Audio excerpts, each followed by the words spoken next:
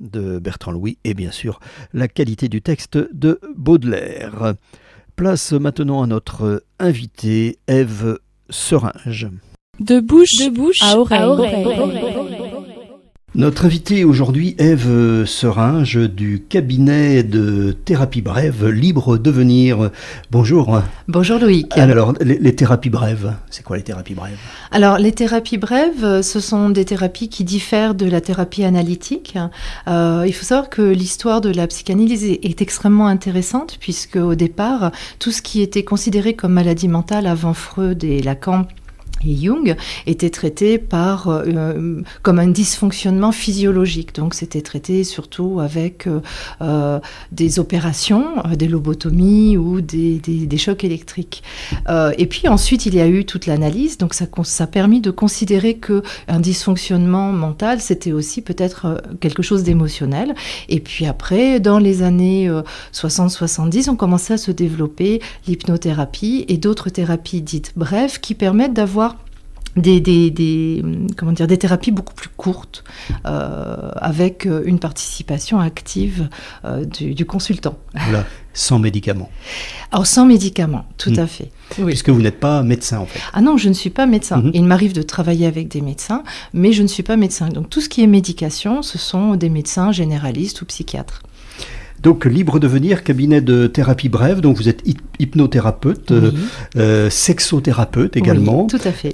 Alors, comment est-ce qu'on devient hypnothérapeute, sexothérapeute ? Alors, on le devient en se formant déjà. Et puis, je pense que le parcours de chacun peut être différent.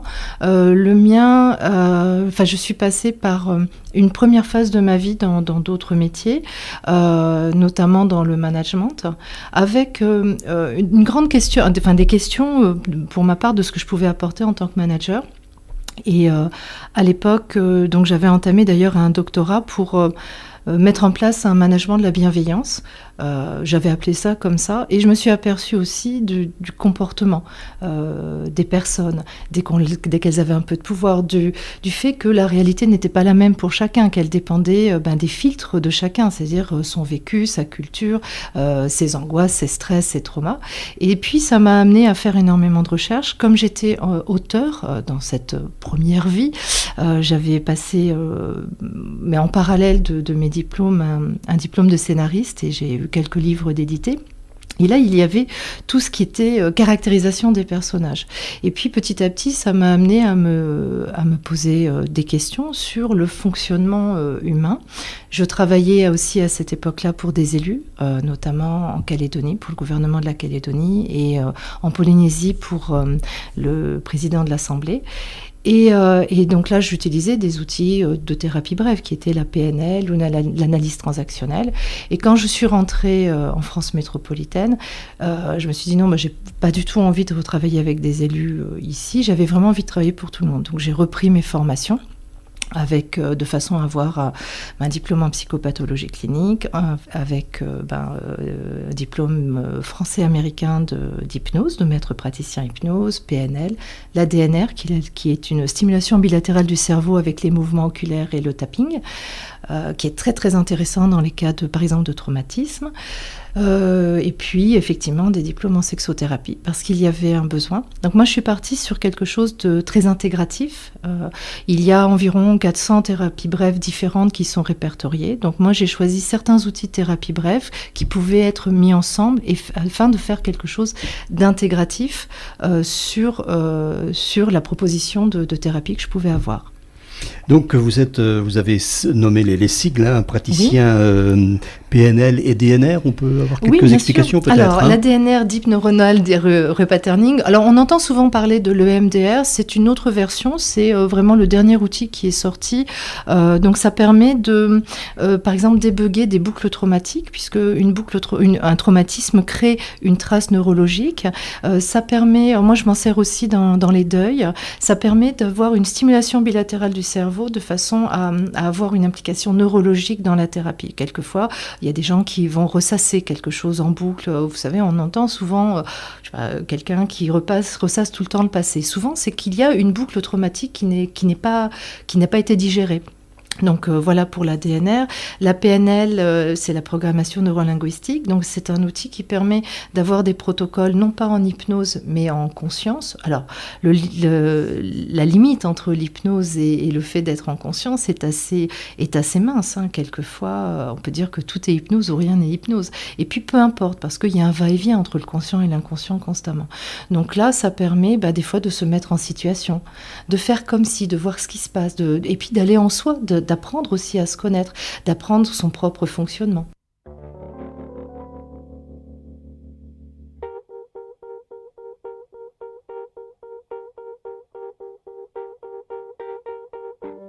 Birds flying high, you know how I feel.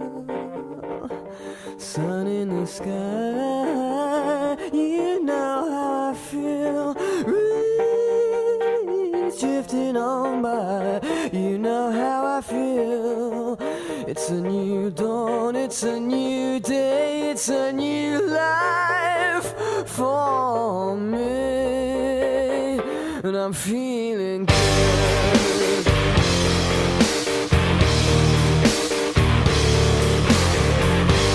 Fish in the sea, you know how I feel. River running free, you know how I feel. Blossom in the trees, you know how I feel.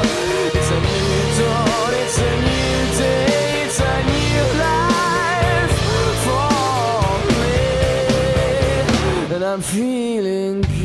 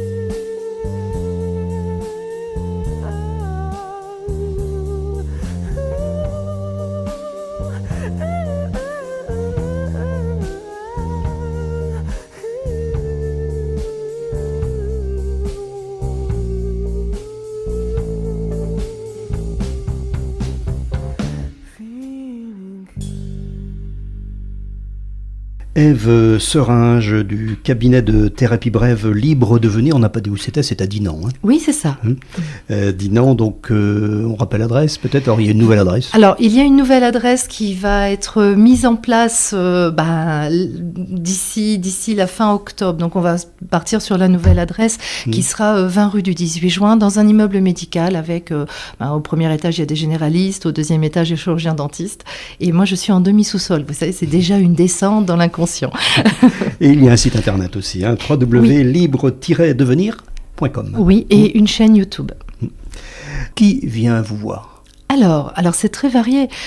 Toute personne qui a des blocages, des choses qui l'enquiquinent pour avancer dans la vie, et ça peut être très variable. Il y a beaucoup de gestion du stress, alors que ce soit sur des jeunes personnes qui préparent le bac, des concours, etc. Parce que En fait, il y a aussi des outils d'auto-hypnose dans ce cas-là que je peux mettre en place de façon à permettre aux personnes d'aller chercher leur révision beaucoup plus facilement, de garder leurs moyens quand on prépare des entretiens d'embauche. Il peut y avoir des traumas. Qui ont été vécus par les personnes, que ce soit des accidents, des abus, voilà, c'est assez varié. Je crois qu'il y a autant de cas que de personnes. Alors ce sont des patients qui viennent vous voir, je crois que vous n'aimez pas trop le mot patient d'ailleurs. Oui, je ne l'utilise pas. Sur les conseils d'un généraliste par exemple, alors oui, ça ils peut viennent de arriver. leur propre alors il y a initiative. Du bouche à oreille, c'est-à-dire des personnes qui connaissent des personnes qui sont passées dans mon cabinet et qui vont super bien, donc du coup elles viennent parce qu'elles ont eu connaissance comme ça. Il y a des généralistes, effectivement, qui m'envoient du monde. Il m'arrive de travailler en lien avec même des psychiatres. Moi, j'ai des consultants qui sont suivis par ailleurs. Et puis, ça se passe très, très bien. On fait des choses différentes et très complémentaires. Alors, c'est une démarche à faire quand même. Je pense notamment des consultations de sexothérapie. Oui, c'est une démarche, mais justement, là, au moins, c'est un endroit où les personnes savent qu'elles peuvent venir s'exprimer, régler leurs problématiques. Et puis, là, elles savent qu'elles sont aussi en confiance. Donc, au moins, c'est un lieu... En fait, quand on a quelque chose qui nous enquiquine dans la vie, c'est lourd à porter quand on doit le porter tout seul. Et là, elles peuvent venir... oui, et puis être accompagnées pour le régler. Donc, les consultants savent qu'il n'y a absolument aucun jugement. D'ailleurs, je crois que ce mot va être enlevé du dictionnaire parce qu'il n'a aucun sens. On rentre un peu dans l'intime de la personne quand même là. Bien sûr, bien sûr. On est dans l'intime de la personne, qu'on soit en sexothérapie ou en développement personnel quelque part. Parce qu'on apprend à se connaître, on apprend à aller voir ses peurs, ses angoisses. Puis finalement, quand on les regarde en face, on s'aperçoit que ça fait beaucoup moins peur, surtout quand on est accompagné. Donc quelque part, c'est soulageant, ça permet de pouvoir se poser. Il arrive souvent que les personnes arrivent, et puis même quelquefois pour une problématique de travail, et les personnes se posent sur le canapé, commencent par pleurer, et ça m'arrive quelquefois, et ok, c'est très bien, on accueille, et puis ça permet, c'est que la personne, au moins elle sait que, puis l'inconscient sait qu'il est au bon endroit. On peut enfin, lâcher prise. On se sent en confiance, quoi. En confiance, oui. C'est nécessaire. Donc les rendez-vous sont peut-être pas limités dans le temps, alors? Ah si, c'est des rendez-vous d'une heure, parce qu'il faut quand même gérer le... Une heure, c'est déjà pas mal. Une heure, c'est déjà pas mal. Oui. Donc il faut gérer l'agenda, et puis, on avance... assez rapidement finalement, quand on voit que quelqu'un a gardé, même que des personnes qui ont des dépressions ou des mal-être depuis des années, et puis en quelques séances, ça va nettement mieux. Donc vous recevez aussi des familles et des couples? Oui, tout à fait. Donc je travaille sur tout ce qui est thérapie de couple et systémie familiale. Oui, parce que quelquefois, c'est intéressant. Et puis un couple, ça se réinvente. On pense, alors ça c'est de la légende, de penser que le couple du départ, un couple qui est réussi, c'est un couple qui dure, pas du tout. Un couple qui est réussi, c'est un couple qui garde le couple du départ. Non, il y a un moment, on finit de tuer le couple du départ, et puis on le recrée, on se retrouve, on le réinvente. Et finalement, ça permet aussi de se retrouver, de passer des caps. Et c'est normal, on évolue, on avance, et puis on se retrouve. Donc oui, c'est très très important. Il m'arrive de faire des ateliers. J'en ai fait un il n'y a pas longtemps. Oui, au mois de juillet. Oui, au mois de juillet, je l'ai fait en co-animation avec Nolwenn, qui est une masseuse professionnelle à Saint-Malo. Et on travaille en lien dessus. Ça permet d'avoir à la fois des outils de thérapie, en sexothérapie avec des exercices en comportemental, et puis l'apprentissage du massage. Et en fait, cette formule... on voit qu'elle marche vraiment très très bien. Et puis moi, j'ai vraiment grand plaisir à partager cette animation d'atelier. Donc c'est sympa. Il y a d'autres ateliers prévus Alors pour l'instant, non. Il y en aura un. Alors je fais soit des ateliers effectivement couple, et puis des ateliers pour les femmes toutes seules. Alors je ne fais pas des ateliers seulement pour les hommes, parce que j'estime que quand je trouverai un partenaire qui pourra animer des ateliers d'hommes, que la parole soit complètement libre, ça serait bien que ce ne soit que des hommes avec un animateur. Donc par contre, je fais des ateliers où il n'y a que des femmes. Et là, ça permet aussi de se retrouver, de vivre des choses intéressantes. Et puis, la parole est complètement libre. Donc, c'est sympa.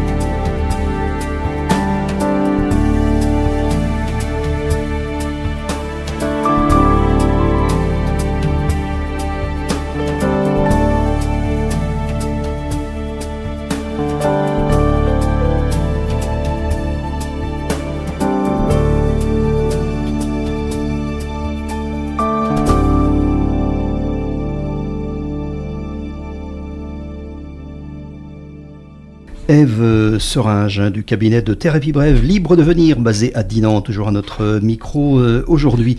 Alors, quel est le regard de la médecine dite traditionnelle sur vos pratiques? On en a parlé déjà un petit peu. Alors, en fait, ça dépend des médecins. Il y a beaucoup de médecins, et notamment, je trouve, en Bretagne, qui sont très ouverts, très intéressés, très à l'écoute de ce qui se passe. Donc, au départ, les médecins ont eu écho, par exemple, un de leurs patients qui leur a parlé, et puis ils ont vu que ça allait mieux. Donc, ils m'ont envoyé un peu de monde, et puis finalement, voilà, c'était au résultat. J'ai fait mes preuves, et donc, j'ai certains médecins qui sont ouverts, d'autres qui ne le sont pas. Voilà, c'est assez variable. Mais en général, moi, j'ai vraiment de très bons contacts et ça se passe vraiment très bien. Oui. On dit même que parfois certains médecins généralistes, on va dire traditionnels, classiques, se tournent vers aussi des pratiques comme les vôtres. Oui, tout à fait. Il y a des médecins généralistes qui font aussi de l'hypnose. Donc, c'est intéressant de voir que c'est une pratique qui permet aussi une ouverture. Je crois que c'est important de rester toujours en éveil sur ce qui se fait, de tester, de se remettre en question. Alors, en ce qui concerne les patients, même si, je le répète, vous n'aimez pas trop ce mot, qu'est-ce que vous préférez? En fait, je dis consultant, parce qu'en général, d'abord, les patients, c'est utilisé par les médecins. Mais en même temps, dans le mot patient, pour moi, il y a quelque chose d'un peu passif.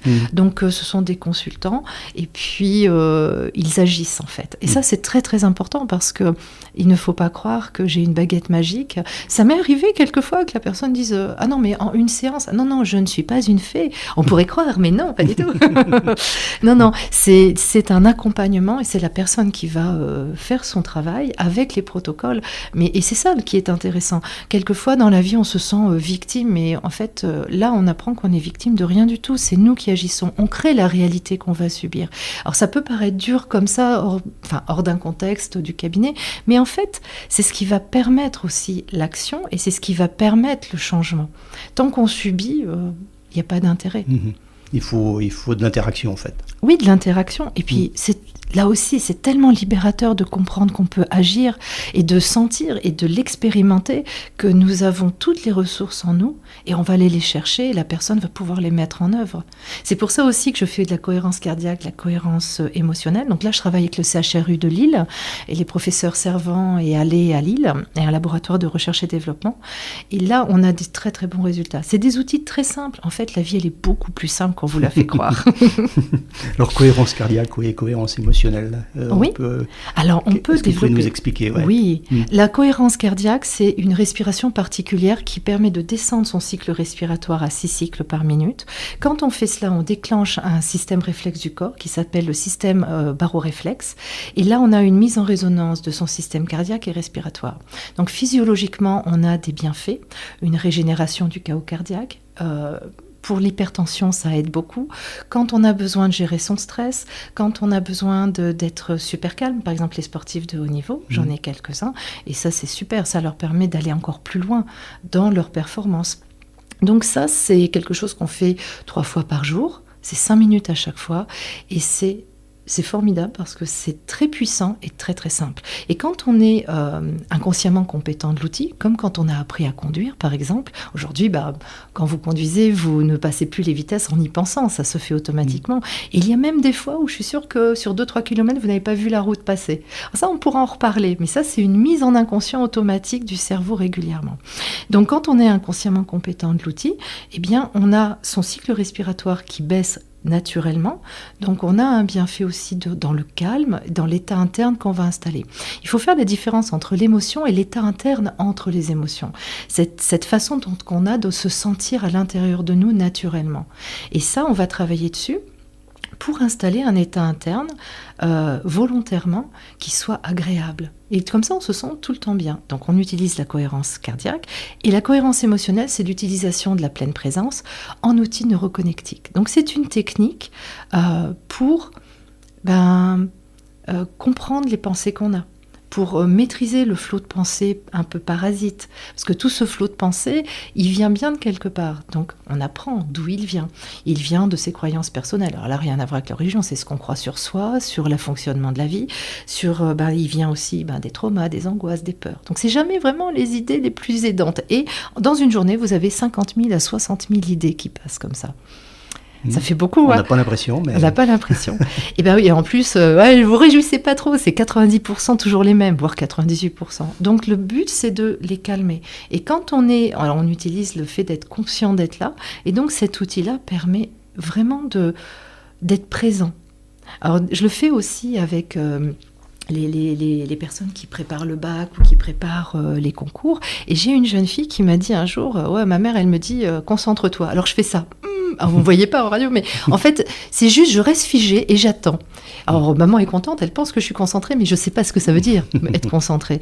Et quand on a fait tous ces exercices-là, avec le reste autour, qui correspondait à sa demande, elle m'a dit, ça y est, je sais ce que c'est d'être concentrée, c'est d'être présente à moi-même. Et j'ai trouvé que c'était une phrase vraiment, voilà. Et c'est vrai que de se concentrer, ça veut dire quoi ? D'être là ou d'être conscient, ça veut dire quoi ? Et donc, ça permet aussi de ressentir les choses. Et puis, pareil, de calmer ses idées. Et ça ouvre la porte après à l'auto-hypnose. Donc, il m'arrive très fréquemment d'apprendre l'auto-hypnose à mes consultants, de façon à ce que les personnes aient aussi de l'autonomie. C'est-à-dire que les personnes repartent avec des outils, de façon à être autonomes. Et puis, quelquefois, quand il y a un petit truc qui coince, elles vont pouvoir voir si elles peuvent le gérer elles-mêmes. D'appliquer ça à la maison. Ouais. Et oui, d'appliquer à la maison et puis dans le quotidien. Donc, ça leur permet d'avoir plus de choix.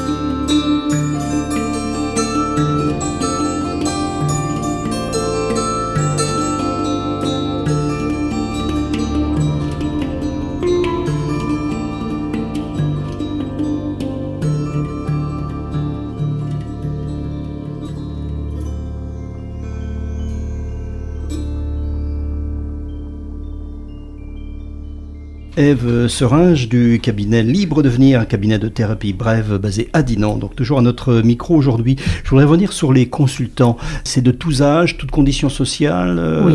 Ouais. Oui. Alors des hommes comme des femmes. Aujourd'hui, c'est à peu près équilibré. Les hommes ont été plus longs à venir, mais il y a des enfants, des adultes, des personnes plus âgées. Le facteur économique n'est pas un frein pour certains. Alors, le facteur économique, effectivement, pourrait être un frein. Dans ces cas-là, on en parle avec la personne, de façon à pouvoir s'adapter. Mais en général, non, parce que la thérapie est quand même assez brève. Le but, c'est quand même de pouvoir aller bien très rapidement. Alors, je ne peux pas dire combien de séances il faut, parce que ça dépend de chaque personne. Mais en moyenne, on dit que c'est bref, puisqu'il faut moins de 10 séances pour un objectif. Je dirais que la moyenne, c'est entre 3 et 5 séances. Donc, ça va relativement vite. Après, il y a aussi, dans les objectifs, tout ce qui est gestion de poids. Et ça marche bien. Ça permet de sortir des régimes et de sortir de tout ce qui nous encombre la tête. Et ça, c'est assez efficace aussi. Donc, vous ratissez large, en fait. En fait, oui, dans le sens où toute problématique ou blocage, on peut utiliser de la thérapie brève et les outils, et notamment les outils que j'ai dans ma boîte à outils pour les régler. Après, quand il y a quelque chose qui coince, je peux avoir aussi des limites, mais bon, on voit, de toute façon, c'est au cas par cas. Oui, de toute façon. Oui. Un consultant est un consultant unique, en fait. Ah, mais complètement, oui. Eh bien, merci, Ève. Merci, Loïc. Et puis, donc, on rappelle, www.libre-devenir.com, donc Libre Devenir, cabinet de thérapie brève à Dinan. Alors, j'espère qu'on se retrouvera régulièrement, peut-être dans l'année, peut-être pour des chroniques brèves. Oui, avec plaisir. Eh bien, merci. Merci, Loïc. Et à bientôt. À bientôt.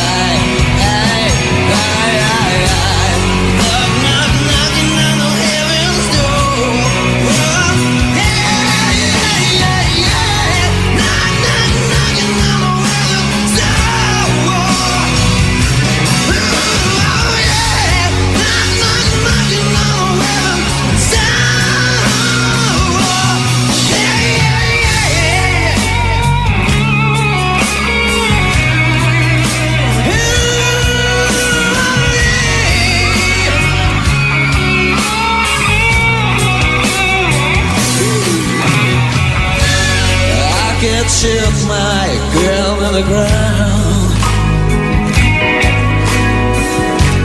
I can't shift me anymore.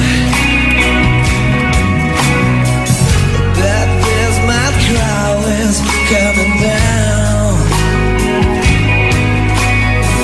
I feel like I'm knocking on a heaven's door.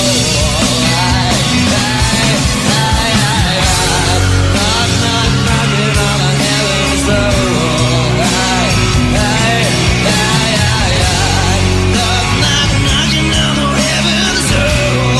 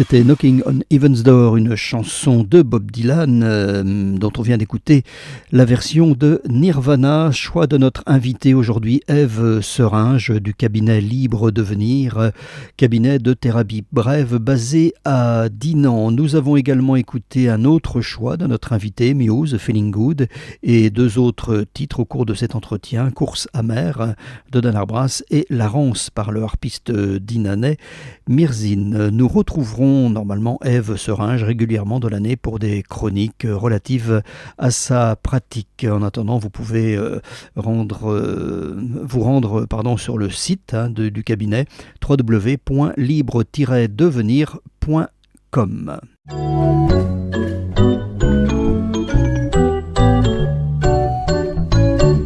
C'en est fini de bouche à oreille pour aujourd'hui. Juste après l'indicatif de fin d'émission, ce sera la rubrique quotidienne Force Ouest et ensuite musique pour aller jusqu'aux informations de RFI.